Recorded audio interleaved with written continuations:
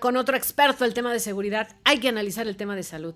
Luis Javier Cortés es politólogo, maestro en administración pública y columnista de Animal Político y Nexos. Así que Luis Javier, qué gusto platicar contigo esta mañana. Saludos desde la ciudad de Puebla. Buenos días. ¿Qué tal, Pati? El gusto es mío. Muy buen día. Oye, después de todo lo que escuchaste en este primer informe, ¿qué balance harías sobre el cambio en la política al sistema de salud? Pues mira, realmente siempre lo que sucede en estos informes es que se vuelven una suerte de buenas noticias, ¿no? Donde se pierde la objetividad. Y hay que partir de ahí.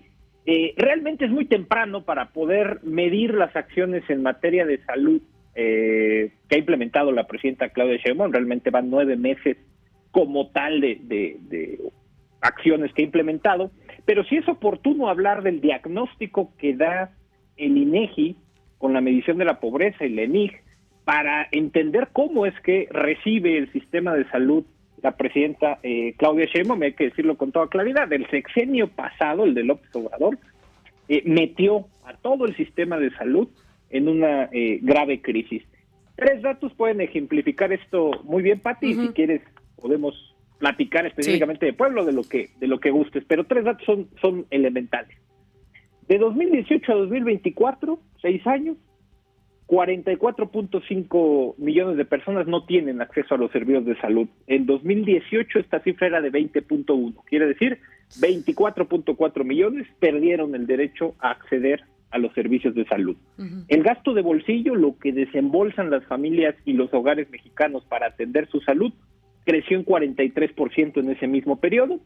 Y algo muy interesante también, Pati, el número de personas que contrataron un seguro médico privado aumentó casi 70% entre 2018 y 2024.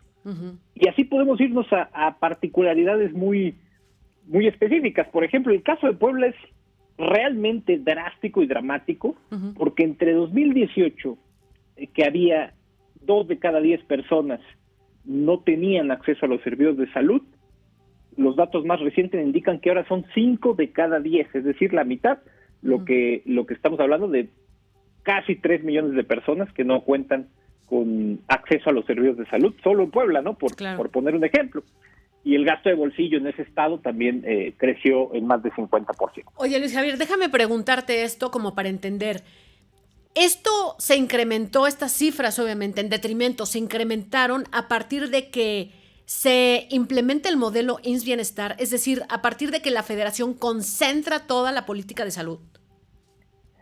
Sin lugar a dudas, Pati, porque como bien recordarás, hasta 2019 estaba en marcha el Seguro Popular, en donde las 32 entidades federativas se hacían cargo de sus sistemas estatales de salud, incluso también de la compra de medicamentos, de lo cual hablaba la presidenta.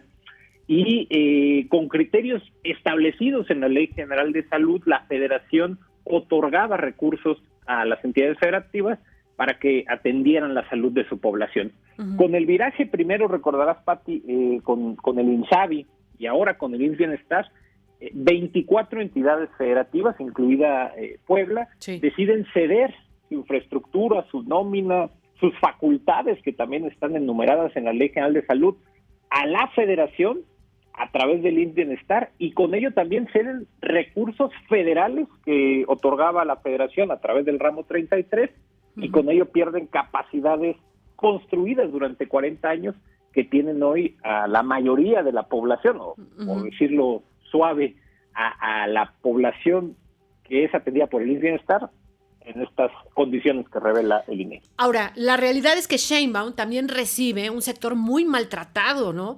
Digo, yo entiendo que tenían que combatir la corrupción, pero de repente cerraron la llave, ya ni siquiera vacunas indispensables en las clínicas de salud. Exactamente, y eso es lo más riesgoso, y por eso comenzaba por ahí. Es muy temprano, la presidenta ha recuperado, digámoslo así, la rectoría que tenía la Secretaría de Salud sobre el sistema en su conjunto, ha implementado acciones de compra consolidada de medicamentos, pero también hay que decirlo, y lo recordarás muy bien, Pati, se canceló la mayor licitación de medicamentos por corrupción en marzo pasado, y corrupción del sexenio anterior, es decir, se evidenció que también durante el sexenio pasado hubo actos de corrupción que llevaron a la crisis, sobre todo de desabasto de medicamentos en el sector salud para los que menos tienen, que es decir, no tienen seguridad social, ¿no? Uh-huh. Ahora, tampoco tenía que decirlo con esas palabras porque no se va a dar un tiro en el pie, pero la presidenta con esta nueva política de salud y de abasto de medicamentos está reconociendo indirectamente que la megafarmacia fue un fracaso. Exactamente, no lo podría decir mejor, Pati. Uh-huh.